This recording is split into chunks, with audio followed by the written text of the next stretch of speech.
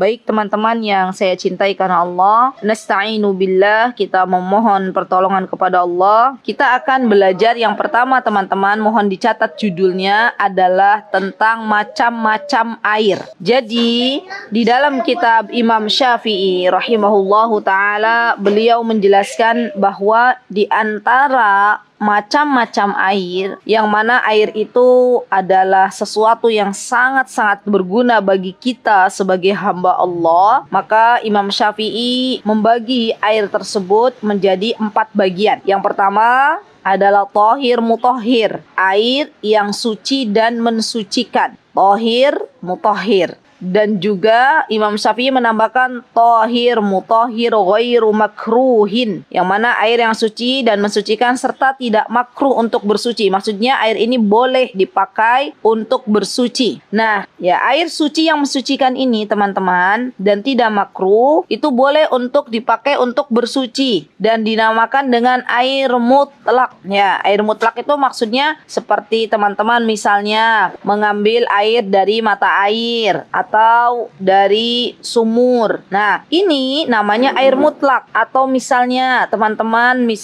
mengambil air dari air laut misalnya. Ya sama, ini juga namanya air mutlak. Jadi disebut air mutlak, yang mana air ini boleh untuk dipakai untuk bersuci. Yang kedua teman-teman, Imam Syafi'i mengatakan bahwa pembagian air itu yang kedua adalah thahir mutahhir makruh. Dia airnya suci dan juga mensucikan tapi makruh. Jadi bisa dipakai untuk mensucikan, tapi ini makruh. Ya, kalau makruh kan teman-teman tahu ya, bahwa makruh itu kalau misalnya kita meninggalkan, maka kita akan mendapatkan pahala di sisi Allah Subhanahu wa taala. Contohnya apa? Air yang mensucikan, boleh mensucikan dengan air tersebut, tapi makruh adalah air musyammas. Nah, air musyammas itu apa? Air musyammas, sebagian ulama mengatakan bahwa air musyammas itu air yang memang sengaja dipanaskan dalam sebuah tempat yang terbuat dari logam dengan dijemur di atas matahari. Ini namanya air musyammas. Dan tidak boleh, sebenarnya air musyammas ini boleh suci kalau kita pakai suci. Hanya makruh. Di mana letak makruhnya? Kenapa syariat mengatakan bahwa air musyammas ini makruh untuk digunakan dalam bersuci? Karena ternyata teman-teman, seseorang ketika sering menggunakan air musyammas, air yang sengaja dijemur, dipapar di atas matahari dengan menggunakan wadah logam, ini kalau sering terkena kulit kita maka akan menjadi rusak, ya, akan ada penyakit kanker kulit. Nah, subhanallah. Jadi tidaklah agama atau syariat ini memperbolehkan atau melarang sesuatu, pasti ada hikmahnya. Baik, yang ketiga teman-teman, ya, Imam Syafi'i mengatakan dari macam-macam air adalah air thahir ghairu mutahhir. Apa itu thahir ghairu mutahhir? Airnya suci tapi tidak bisa untuk mensucikan. Ya, di antara contohnya adalah air musta'mal. Nah, para ulama mengatakan yang dimaksud dengan air musta'mal di sini adalah air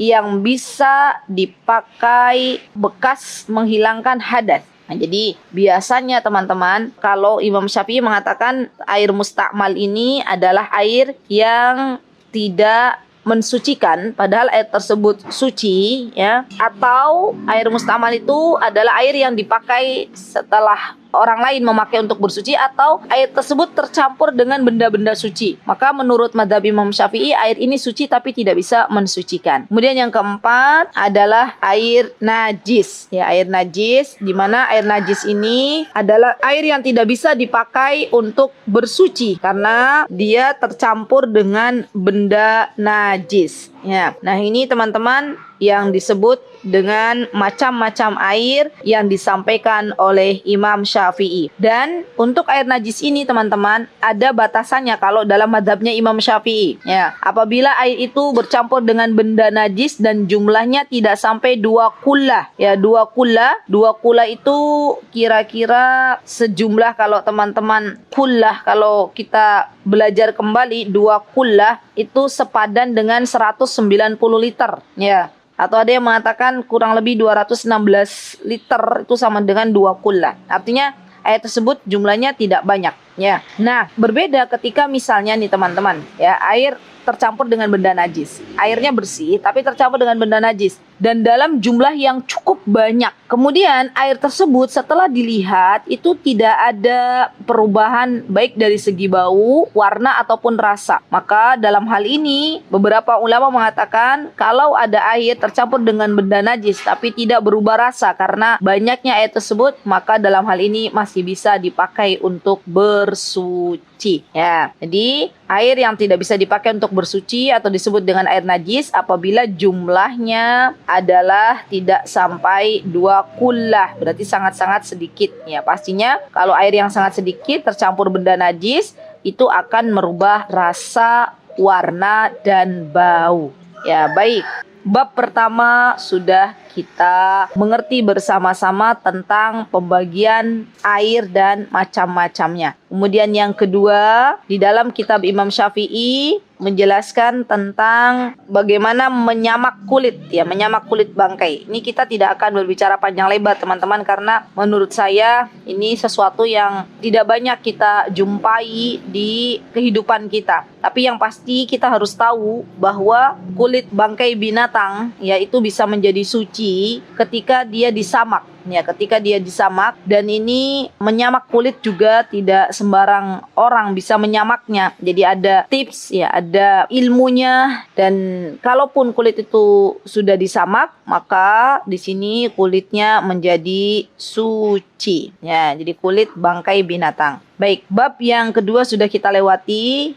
Ya, yang penting di bab kedua ini kita tahu saja secara global. Kemudian di bab yang ketiga adalah Imam Syafi'i mengatakan adanya larangan menggunakan emas dan perak sebagai wadah, sebagai tempat makan, sebagai ina kalau bahasa Arab. Baik itu digunakan untuk tempat makan ataupun tempat minum. Maka syariat tidak membolehkan kita teman-teman menggunakan wadah baik itu untuk makan maupun untuk minum yang terbuat dari emas dan perak. Ya, subhanallah. Ilahnya di mana? Kenapa syariat tidak memperbolehkan? Karena besok kita sebagai orang-orang yang beriman, yang kita berharap memasuki surganya Allah Subhanahu wa taala, besok di akhirat nanti penghuni-penghuni surga akan diberikan oleh Allah Subhanahu wa taala kesempatan untuk minum dan makan dari wadah yang terbuat dari emas. Ya, Masya Allah. Jadi subhanallah, para penduduk surga itu besok tempat makannya, tempat minumnya itu terbuat dari emas. Nah, di sini juga perlu kita ketahui, walaupun ya tempat makan atau tempat minum itu, kalau ibu-ibu tuh biasanya lucu banget gitu ya. Tapi kalau itu terbuat dari emas dan perak, maka kita tidak boleh menggunakannya. Ya, karena adanya larangan dari Nabi kita Muhammad sallallahu alaihi wasallam. Baik, alhamdulillah untuk bab ketiga sudah kita pelajari. Kemudian kita beralih ke bab keempat. Ya, karena kita sedang belajar tentang fikih ringkasnya. Jadi kita tidak terlalu detail ya. Baik, kemudian bab yang keempat Imam Syafi'i menjelaskan tentang hukum bersiwak. Teman-teman, ya, bersiwak itu kalau mungkin teman-teman tahu, kayu ada namanya khusus kayu siwak teman-teman, di mana kayu ini biasa digunakan oleh Rasulullah Sallallahu Alaihi Wasallam untuk membersihkan mulut beliau. Ya, karena subhanallah siwak ini banyak sekali manfaatnya. Ya, di antaranya dijelaskan oleh Rasulullah SAW bahwa siwak ini mutahhirul lil fam. Ya, mutahhirul lil fam ini membersihkan, mensucikan mulut. Dan bersiwak ini hukumnya adalah mustahab. Teman-teman tolong dicatat baik-baik. Mustahab itu artinya adalah sunnah. Dan di dalam ilmu fikih yang pernah saya pelajari teman-teman dari guru saya waktu di Yaman, itu kalau disebutkan mustahab maka sinonimnya adalah sunnah. Sinonimnya lagi adalah tatawwu'. Sinonimnya lagi adalah nafilatun. Jadi ada 4. Sunnah, mustahabun, tatawwu' dan nafilah. Itu semua adalah sunnah. Artinya adalah sunnah. Ya, Masya Allah. Nah, hukum bersiwak ini hukumnya adalah sunnah dalam beberapa keadaan. Ya, contoh, misalnya ketika seseorang bangun dari tidur, ini disunahkan untuk bersiwak. Karena kita tahu, biasanya orang kalau bangun dari tidur itu kan bau mulut ya, mulutnya bau. Maka disunahkan untuk bersiwak. Kemudian ketika akan mengerjakan sholat, ya, ini juga disunahkan untuk bersiwak agar lebih fresh gitu ya. Ketika kita bermunajat dengan Allah Subhanahu wa taala. Atau kalau Rasulullah SAW beliau biasa bersiwak ketika akan menemui istri-istri beliau. Ya Masya Allah. Beliau juga biasa bersiwak ketika beliau akan memasuki rumah beliau. Ya Masya Allah. Dan ini semuanya adalah mustahab. Adalah sesuatu yang disunnahkan. Ya Masya Allah. Sampai-sampai Rasulullah itu teman-teman saking cintanya kepada siwak. Kalau teman-teman baca sirahnya Nabi kita Muhammad SAW, maka kita akan mendapati bahwa di detik-detik terakhir kehidupan Rasulullah SAW, Rasulullah meminta kepada Abdurrahman, adiknya Ibunda Aisyah radhiyallahu anha, untuk pakaikan siwak. Ya, itu saking cintanya Rasulullah SAW kepada siwak. Nah, teman-teman, kalau kita mengaku diri kita cinta kepada Nabi kita Muhammad SAW, maka yuk biasakan bersiwaknya. Nanti kalau ada pertanyaan, boleh nggak pakai sikat gigi dalam bersiwak? Kita ikhtiarkan dulu bersiwak dengan kayu siwak. Ya Masya Allah, karena saat ini di Indonesia sudah lebih mudah mendapatkan kayu siwak toko-toko oleh-oleh haji dan umrah. Ya, kalau memang misalnya sulit untuk mendapatkannya, maka para ulama mengatakan bolehnya mengganti siwak dengan sikat gigi, ya, dengan sikat gigi yang dibubuhi pasta gigi. Wallahu taala a'lam. Yang pasti tujuan utama dari bersiwak adalah untuk membersihkan mulut dan pastinya menyegarkan mulut, ya, jadi lebih fresh lagi.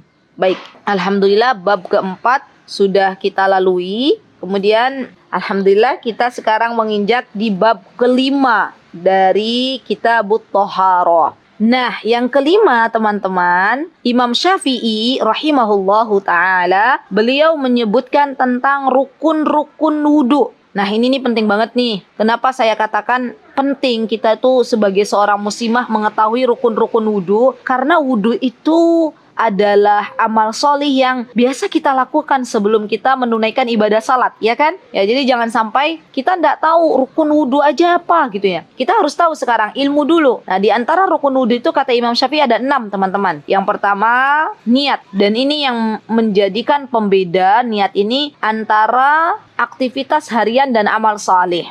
Jadi ibu-ibu kalau mau wudu, niatnya apa? Mengangkat hadas kecil, ya. Jadi harus ada niat ketika kita akan berwudu. Yang kedua, di antara rukun wudu adalah membasuh muka, ya, ghuslul wajh. Yang ketiga, di antara rukun wudu adalah ghuslul yadaini ilal mirfaqain, membasuh kedua tangan sampai kedua siku-siku. Ini yang perlu diperhatikan, terutama ketika kita mengajarkan wudu bagi anak-anak. Tolong ibu-ibu ketika mengajarkan wudu untuk anak-anak kita, pastikan siku anak-anak kita basah. Namanya anak-anak itu karena saya di sini ada sekolah usia dini, biasanya kalau belajar wudhu tuh cepet-cepetan. Jadi kita pastikan, nak, yang namanya siku itu harus dicuci bersih, harus terkena air. Kalau kamu tidak mencuci sikumu, artinya berarti wudhunya tidak sah. Karena yang namanya mencuci tangan, kedua tangan itu batasannya adalah sampai siku. Berarti sikunya harus basah, ya. Kemudian yang keempat dari rukun wudu adalah mengusap kepala, ya. Bahkan kalau Imam Syafi'i mengatakan mashu ba'dir ra's, ya, ba'dir ra's itu sebagian kepala, ya.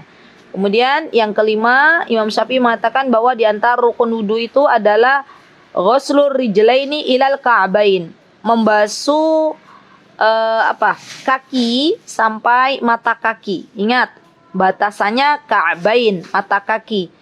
Berarti mata kakinya harus sudah tercuci, ya, basah. Dan ini sekali lagi harus kita ajarkan juga bagi anak-anak kita. Pastikan mata kaki harus dalam keadaan basah. Kalau mata kaki belum basah, berarti wudunya belum sah, ya. Dan terakhir adalah tartib. Tartib itu maksudnya berurutan.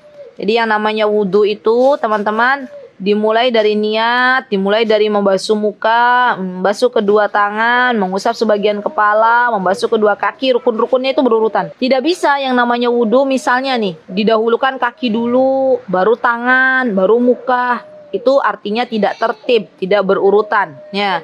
Maka wudu adalah perkara yang sudah ditentukan tata caranya secara berurutan. Dan tertib ini termasuk di antara rukun wudu yang telah dijelaskan oleh Imam Syafi'i rahimahullahu ta'ala. Baik, Setelah kita mengetahui apa itu rukun wudu, maka yang perlu kita ketahui juga teman-teman adalah sunnah wudu. Ya, sunnah wudu itu apa? Nah ini nih bedanya orang berilmu dan tidak berilmu. Ya, banyak teman-teman yang bingung. Berarti kalau misalnya mengucapkan basmalah dalam wudu itu, kalau nggak mengucapkan basmalah sah nggak wudu kita? Nah, kita harus lihat mengucapkan basmalah dalam wudu itu sunnah atau rukun.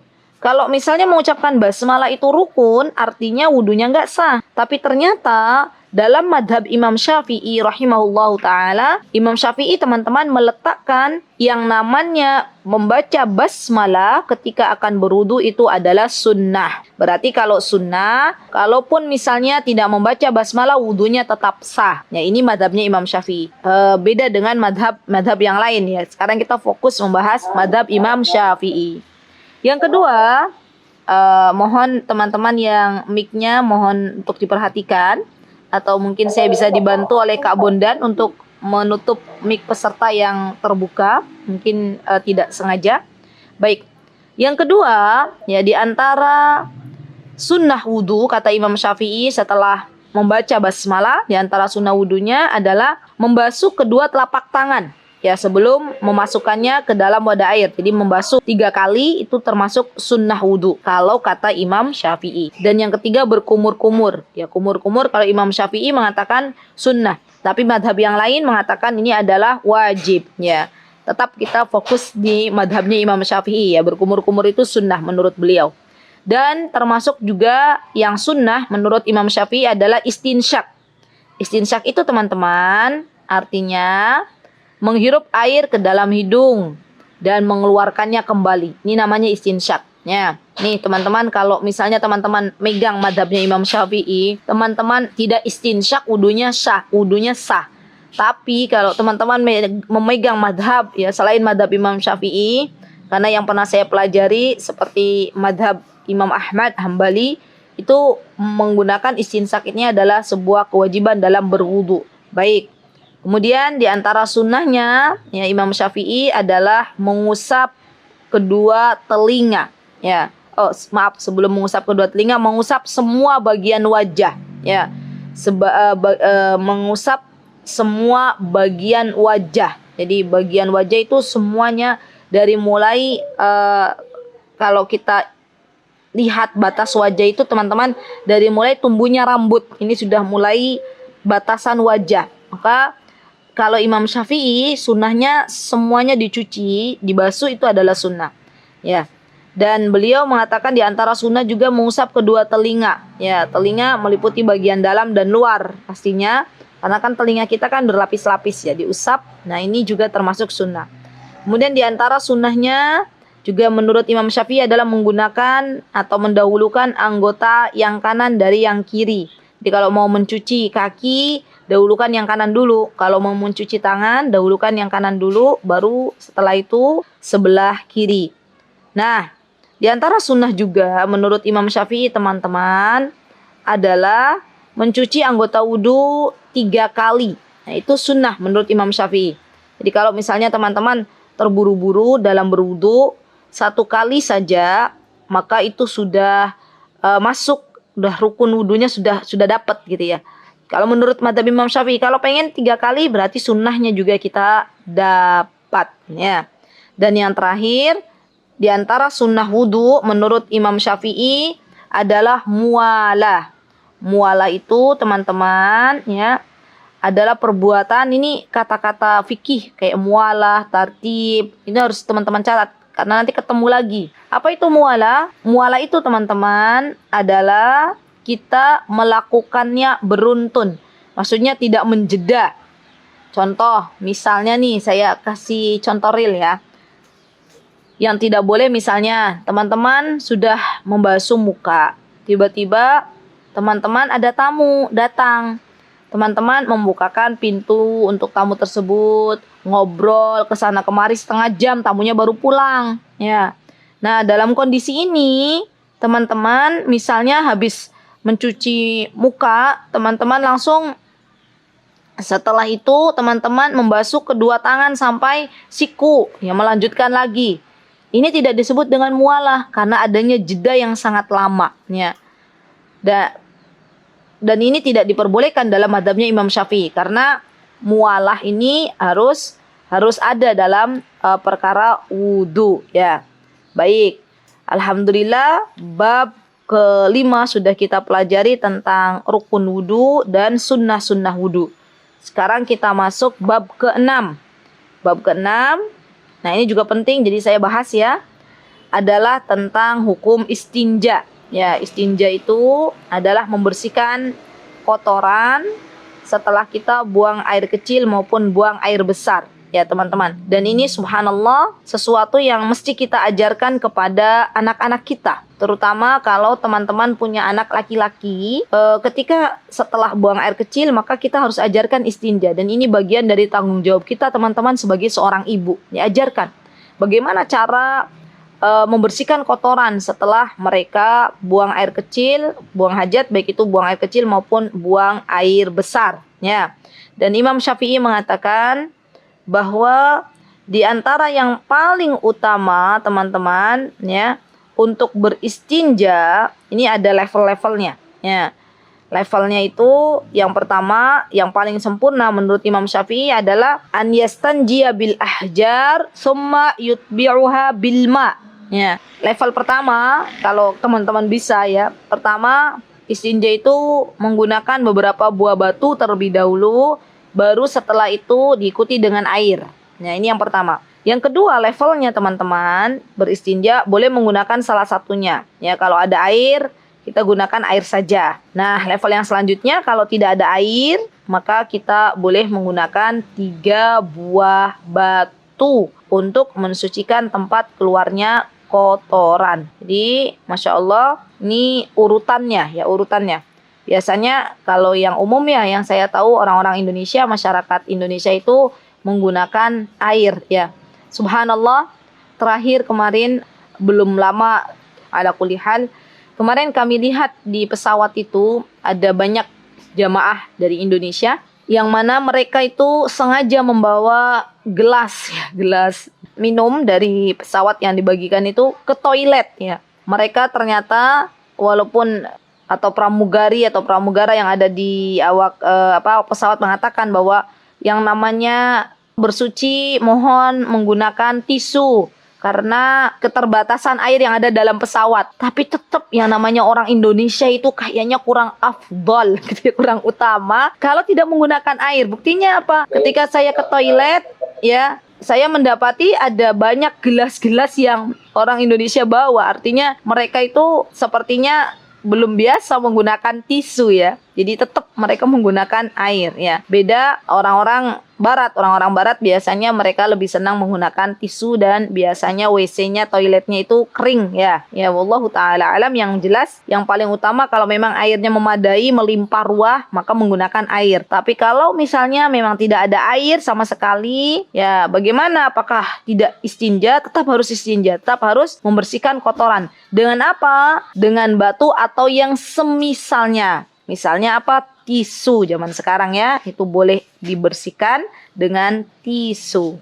Baik. Alhamdulillah, kitab ke-6, bab ke-6 dari kitab Thaharah tentang istinja sudah kita dengar bersama-sama, dan saatnya kita pindah ke bab ke-7 dari kitab Thaharah, yaitu bab adab qada'ul hajah, ya, adab membuang hajat. Nah, jadi teman-teman subhanallah, ya, tidak ada agama yang paling komplit yang teman-teman bisa dapatkan kecuali di dalam agama Islam. Ya, karena dalam agama Islam ini subhanallah, masalah buang hajat saja diatur sedemikian rupa, subhanallah. Sampai-sampai bukan hanya bagaimana beristinja, bagaimana membersihkan kotoran, ya, dari bekas kotoran, baik itu buang air kecil maupun buang air besar, dibahas juga bagaimana adabnya, subhanallah. Ini sempurna sekali, ya, syariat Islam itu, Masya Allah. Nah, di antara adabnya teman-teman adalah, di antaranya kata Imam Syafi'i di dalam kitab beliau, kata beliau, tidak boleh membuang hajat di tempat terbuka dengan menghadap kiblat atau membelakanginya. Nah, misal teman-teman, insya Allah kalau zaman sekarang sih sudah tertutup ya. Mungkin kalau pas di hutan teman-teman lagi camping atau lagi. Tapi sekarang saya yakin di Yogyakarta juga tempat-tempat camp itu sudah ada toiletnya. Mungkin ya kalau daerah-daerah Kalimantan atau wallahu taala alam, saya belum tahu persis di sana seperti apa. Yang jelas kalau misalnya di tempatnya terbuka, maka pastikan ketika buang hajat itu tidak menghadap kiblat atau membelakanginya. Ini khusus bagi tempat yang terbuka. Nah, bagaimana kalau tempat yang tertutup, yang di situ sudah ada bangunannya, sudah ada toiletnya, ya mau menghadap kemana maka kita ikuti toilet itu, ya. Dan kalau bisa lagi nih teman-teman, saya pesan ya ke teman-teman yang mungkin mau bangun rumah begitu ya. Pastikan yang namanya bangun rumah itu bukan hanya yang dibahas masalah desain interior, desain luarnya seperti apa, tapi juga yang perlu dibahas, dikomunikasikan dengan para tukang atau misalnya pemborong. Itu pastikan teman-teman katakan, boleh kok kita minta, tolong Pak, untuk toiletnya menghadapnya bukan ke arah kiblat, tapi kalau di kita di Yogyakarta tolong hadapkan ke arah utara dan selatan, ya. Itu boleh. Jadi tidak menghadap ke arah kiblatnya. Baik. Kemudian di antara adab membuang hajat, kata Imam Syafi'i adalah tidak boleh yang namanya membuang air kecil maupun membuang air besar di ma'ur raqid. Ma'ur raqid itu teman-teman air yang menggenang, yang nggak boleh kita. Kenapa kok kita tidak boleh membuang hajat di air yang tergenang? Karena ternyata biasanya air yang tergenang itu di situ ada binatang-binatang buas, teman-teman. Bisa dibayangkan enggak? Ada orang buang air kecil di situ, tiba-tiba keluar buaya dari air yang menggenang itu. Kan nanti malah mudarat, malah bahaya ya. Ini nggak boleh karena biasanya air yang menggenang itu di dalamnya ada binatang-binatang buas ya. Kemudian tidak boleh juga, kata Imam Syafi'i, membuang air kecil maupun air besar di bawah pohon yang biasa pohon tersebut berbuah musmirah. Jadi ada buahnya lebat, itu kita nggak boleh ya. Atau biasanya pohon tersebut dipakai untuk berteduh, ya berteduh orang-orang di bawah pohon. Itu nggak boleh kita buang air kecil dan buang air besar, karena kan mesti nanti pesing gitu ya, kan nggak enak. Nanti kasihan orang mau berteduh di bawah pohon, ternyata ditemukan sebongkah misalnya gitu ya. Jadi nggak boleh, dan ini harus kita ajarkan teman-teman ke anak-anak kita. Ya nak, kalau buang air kecil, buang air besar jangan sembarangan. Di antara tempat yang tidak boleh untuk dipakai buang air kecil, buang air besar adalah di bawah pohon. Dan tidak boleh ditambah-tambahi teman-teman, nggak boleh ditambahi. Karena kalau di bawah pohon itu ada yang menunggu gitu, nggak boleh ya. Tetap kita mengatakan bahwa kalau di bawah pohon kenapa tidak boleh, karena biasanya dipakai untuk berteduh orang, nanti kan kasihan bau gitu. Itu cukup yang masuk akal saja ya, kita beritahukan kepada anak-anak kita. Baik, kemudian di antara adabnya juga ketika sedang buang air kecil, buang air besar, maka tidak boleh bercakap-cakap ya.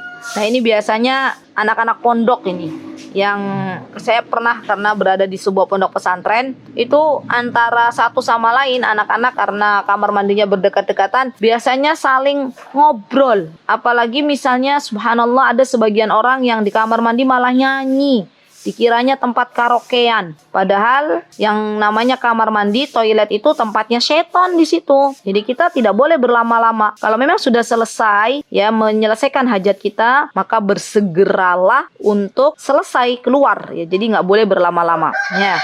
Nah, kemudian diantaranya juga teman-teman, kata Imam Syafi'i, diantara adab buang hajat, tidak boleh juga, kata beliau, kata Imam Syafi'i, menghadap ke arah matahari dan bulan, serta membelakangi keduanya. Ini Imam Syafi'i mengatakan demikian. Tapi kalau mazhab lain yang saya tahu tidak membahas sampai sedetail ini. Ya, wallahu ta'ala alam. Baik, kita sudah membahas tentang masalah hajat, adab buang hajat. Maka bab yang selanjutnya, Imam Syafi'i mengatakan masalah perkara yang membatalkan wudhu. Ya, ini juga perkara membatalkan wudhu, ini adalah perkara yang luar biasa yang harus kita ketahui.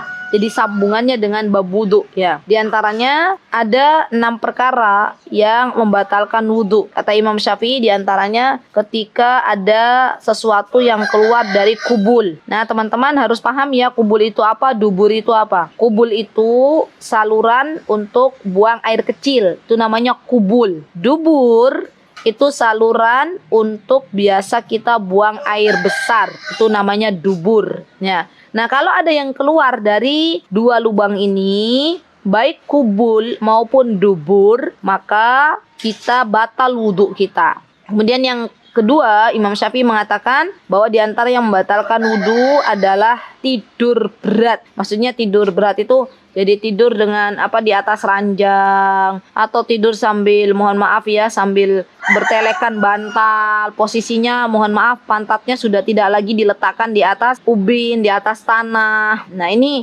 tidur yang berat ya, sampai mungkin mendengkur, bermimpi. Kalau pantatnya tidak menempel di tanah, maka ini membatalkan wudhu. Ya, beda dengan misalnya nih teman-teman, saking ngantuknya lagi qiyamul lail, lagi tahajud ya, Masya Allah, tiba-tiba tuh ngantuk berat sambil duduk gitu, sambil baca Quran, makler. Nah, kalau misalnya kita tidur dalam posisi, mohon maaf ya, pantat kita masih tersentuh di bagian ubin atau di tanah, maka ini tidak membatalkan wudhu kita. Ya, Masya Allah, ini ya luar biasa. Jadi sampai dibahas sedemikian rupa. Dan ini nikmat biasanya tidur makler ini ya. Ustazah gimana kalau sampai bermimpi walaupun tidur sebentar? Tetap, kalau memang pantatnya masih tersentuh di ubin, ini tidak membatalkan wudhu kita. Baik, kemudian Imam Syafi'i mengatakan di antara perkara yang membatalkan wudhu, kata beliau, adalah hilangnya kesadaran. Baik itu dikarenakan mabuk, ya, wala'iyadzubillah ya teman-teman. Semoga Allah Subhanahu wa Ta'ala menjauhkan kita semuanya, keturunan kita, dari yang namanya minuman khamr, karena sekarang sudah merebak, merajalela di mana-mana. Ya, di toko-toko kecil, di supermarket kecil sudah banyak ya minuman-minuman beralkohol yang dijual bebas. Ya, makanya kita banyak-banyak berdoa nih pada Allah Subhanahu wa Ta'ala agar Allah menjauhkan anak keturunan kita dari yang namanya minum-minuman keras ya. Kalau ada orang minum minuman keras, maka menjadi batal lah wudhunya. Atau misalnya pingsan juga menurut Imam Syafi'i ini membatalkan wudhunya. Nah, kemudian di antara yang membatalkan wudhu menurut mazhab Imam Syafi'i adalah menyentuh kemaluan. Ya, menyentuh kemaluan tanpa adanya hail. Hail itu tanpa adanya penghalang. Ya, jadi tidak disertai dengan kain ya. Jadi kalau misalnya mohon maaf sekali ibu-ibu gatal area kemaluannya, kemudian ibu-ibu sentuh, ya langsung menyentuh dengan tangan, ini membatalkan wudhu. Bagaimana Ustazah kalau di situ ada penghalangnya? Ya, misalnya kain, maka ini tidak membatalkan wudhu. Ya, dan Imam Syafi'i juga mengatakan, ini pendapatnya Imam Syafi'i ya teman-teman, bersentuhan kulit tanpa ada penghalang antara laki-laki dan perempuan yang bukan mahram, ini juga membatalkan wudhu. Nah, sekarang banyak nih di antara kita ya teman-teman, padahal Imam Syafi'i kan mengatakan yang bukan mahram ya, laki-laki dan perempuan yang bukan mahram itu kalau bersentuhan kulit membatalkan wudhu. Sekarang saya banyak menemui ya ibu-ibu itu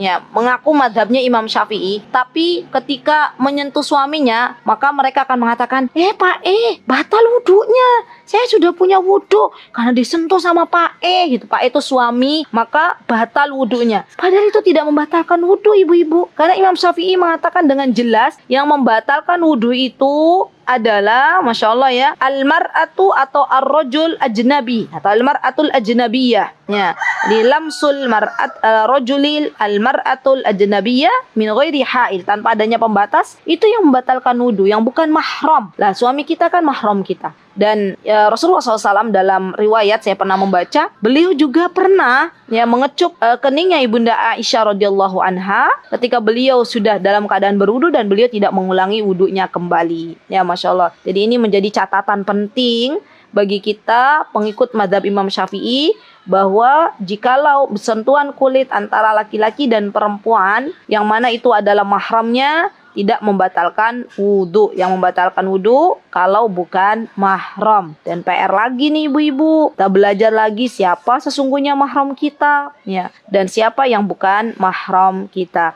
Baik, satu lagi ya teman-teman, bab tentang perkara mandi. Ya, mudah-mudahan Allah memberikan kepahaman untuk kita semuanya. Nah, di antara perkara yang mewajibkan mandi menurut Imam Syafi'i, kita belajar madhabnya Imam Syafi'i. Kata beliau, alladhi yujibul ghusl itu sittata asya. Ya, ada 6 perkara. Apa yang mewajibkan seseorang dia harus mandi besar? Ya, pertama, kata Imam Syafi'i, teman-teman, beliau membagi 2, 3 yang berkaitan dengan laki-laki serta perempuan, dan 3 yang berkaitan dengan khusus perempuan. Jadi yang mewajibkan mandi, teman-teman nanti bikin bagan itu dibagi dua dulu. Yang pertama yang berkaitan dengan laki-laki dan perempuan. Kemudian bagian kedua adalah yang berkaitan khusus dengan perempuan. Ya. Nah, 3 dari yang berkaitan dengan laki-laki perempuan, bagian pertamanya ya adalah iltiqaul khitanain. Ketika dua alat kemaluan bertemu antara laki-laki dan perempuan, antara suami istri. Apabila ia mohon maaf, misalnya ada suami istri, setelah berhubungan suami istri bersenggama ya, berjima, maka setelah itu diwajibkan bagi keduanya untuk mandi besar ya. Yang kedua adalah keluarnya mani ya teman-teman, keluarnya mani. Dan keluarnya mani ini juga berhubungan dengan laki-laki maupun perempuan. Jadi jangan kira yang keluar mani itu hanya laki-laki. Perempuan juga bisa keluar mani, inzalul mani. Saya baca beberapa referensi kitab, itu ternyata perempuan juga keluar mani, teman-teman. Ya. Dan kita harus tahu, berarti kalau ada mani, nanti ada madi, ada wadi. Itu kita harus tahu juga, apa sih perbedaan antara mani, wadi, dan madi. Biasanya saya jelaskan ketika kajian offline. Karena ini masih banyak yang kita bahas, jadi teman-teman cukup tahu bahwa ketika keluar mani baik untuk laki-laki maupun perempuan itu adalah sesuatu yang mewajibkan mandi, tapi tidak dengan wadi dan madi. Baik, kemudian yang ketiga adalah al-maut ya, ketika seorang laki-laki atau seorang perempuan misalnya subhanallah ya diwafatkan oleh Allah dalam keadaan meninggal ya, maka disitulah bagi seseorang yang masih hidup wajib hukumnya untuk memandikan jenazah ya, Masya Allah. Dan ibrah ya teman-teman, dari perjalanan umrah kemarin itu Masya Allah, di antara rombongan kami ada yang diwafatkan oleh Allah ya, Masya Allah, di kota Nabi ya, di kota Nabi, dan subhanallah dimandikan ya, Masya Allah, di Madinah An-Nabawiyah, kemudian disolatkan di Masjid Nabawi ya, Masya Allah, betapa indahnya kematian akhir hidup yang sangat baik ini ya. Diwafatkan waktu itu saya ingat betul, harinya hari Jumat, sore hari ba'da asar ya, menjelang maghrib, dan diwafatkan dalam keadaan Masya Allah ya, keadaan sakit waktu itu. Jadi kami baru sampai di kota Madinah 2 harian, kemudian bapak tersebut Masya Allah sakit ya, dibawa ke rumah sakit. Setelah berapa hari ya di rumah sakit, kemudian kami diberi kabar bahwa beliau telah wafat ya, Masya Allah. Maka Masya Allah yang memandikan jenazah juga orang-orang salih kalau berada di kota Madinah, dan pastinya siapapun yang diwafatkan di kota Madinah teman-teman itu mendapatkan syafaat dari Nabi kita Muhammad Sallallahu Alaihi Wasallam. Sudah ada jaminannya ya. Semoga kita yang hadir di sore hari ini Allah wafatkan di kota Nabi ya, amin Allahumma amin, dan Allah wafatkan dalam keadaan husnul khatimah, amin Allahumma amin. Baik, 3 poin sudah kita pelajari dari wajibnya mandi ya. Kemudian poin yang selanjutnya adalah wajib mandi bagi wanita. Dalam keadaan apa? Ya, dalam keadaan yang keempat, berarti kita teruskan ketika wanita sudah selesai dari haid ya, selesai dari haid, maka dia wajib untuk mandi. Dan ketika dia dalam keadaan nifas ya, ketika dia dalam keadaan nifas, maka ini juga wajib mandi. Dan terakhir dalam keadaan melahirkan. Nah ini nih, melahirkan, kenapa kok Imam Syafi'i membedakan antara nifas dan melahirkan? Karena teman-teman, termasuk di dalamnya misalnya ada seorang wanita yang dia berada dalam keguguran ya, keguguran, maka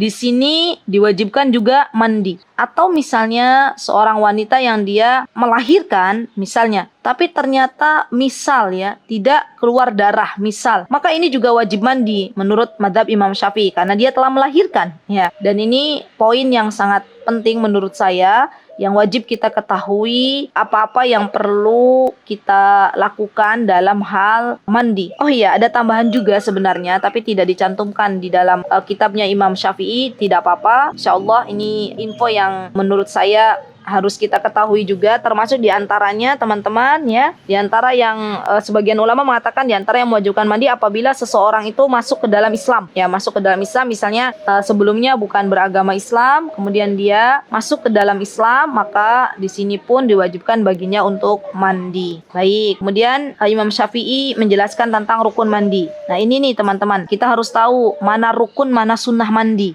Sehingga ketika kita tahu mana rukun mana sunnah, artinya ketika kita sudah melaksanakan rukun mandi, mandi wajib, mandi besar, maka sudah sah mandi kita. Ya, subhanallah, simple ternyata. Mandi besar itu simple kalau kita lihat rukunnya. Apa saja? Yang pertama niat. Jadi kalau teman-teman misalnya sudah selesai haid, mau mandi besar, itu harus ada niat di dalam hati kita, ya, bahwa saya saat ini mandi besar. Dan niat ini teman-teman yang membedakan antara aktivitas teman-teman mandi biasa dengan mandi besar. Ya, jadi harus ada niat. Dan para ulama mengatakan bahwa dalam semua amal ibadah, amal solih itu yang namanya niat itu dalam hati, kecuali dalam dua perkara. Ya, apa itu? Ketika seseorang akan haji dan ketika seseorang akan umrah, maka niatnya dilafadzkan labbaik Allahumma umratan atau labbaik Allahumma hajjan. Selain dua perkara ini, maka niat di dalam hati kita masing-masing. Baik, kemudian rukun mandi setelah niat, maka menghilangkan najis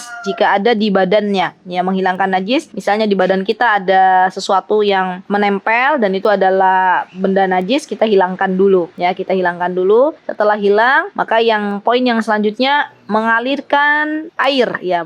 Mengalirkan air ke seluruh rambut dan kulit. Sudah cukup itu yang menjadi rukun mandi. Berarti kalau seseorang misalnya nih teman-teman, ya, sudah niat, ya Allah saya mau mandi besar, terus mengguyurkan air ke seluruh tubuh, sudah selesai, sah mandi besarnya. Yaitu menurut mazhab Imam Syafi'i. Jadi cukup mengalirkan air sampai ke seluruh tubuh, itu sudah cukup sah untuk teman-teman mandi besar. Ya, jadi rukunnya simpel teman-teman ya, mengalirkan air dan niat serta menghilangkan najis jika ada najis di dalam badannya. Kemudian yang selanjutnya terakhir insyaallah adalah sunnah mandi. Ya, sunnah mandi itu apa saja? Di antaranya adalah at-tasmiyah. Ya, teman-teman tolong ditulis apa itu at-tasmiyah, karena ini juga lafadz yang biasa dipakai ketika kita belajar ilmu agama. At-tasmiyah itu membaca basmalah. Jadi ketika akan mandi disunahkan untuk membaca basmalah. Kemudian disunahkan juga untuk berwudu sebelumnya. Nah, berwudu sebelumnya ini ada dua cara teman-teman. Kalau pernah saya baca di dalam kitab Sahih Fikih Sunnah Abu Malik, itu di sana dijelaskan bahwa mandi sebelum mandi besar itu wudunya ada disunahkan untuk wudu. Wudunya adalah seperti kita akan wudu sholat. Itu yang pertama, cara pertama. Cara yang kedua, kakinya diakhirkan. Jadi teman-teman wudu dulu, kakinya